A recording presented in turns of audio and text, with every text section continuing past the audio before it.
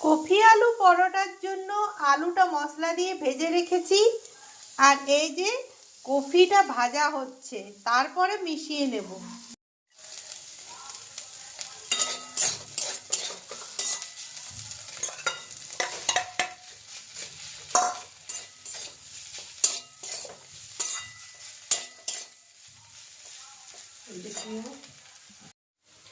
আলু ফুলকপির পরোটার জন্য পুর একদম রেডি।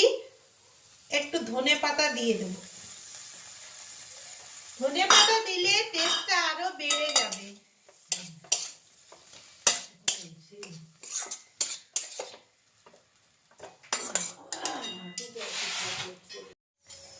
তো রেডি হয়ে গেল ফুলকপি আলুর পরোটা। দারুণ টেস্টি, খেতে খুবই সুন্দর লাগে। গরম গরম ফুলকপি আলুর পরোটা।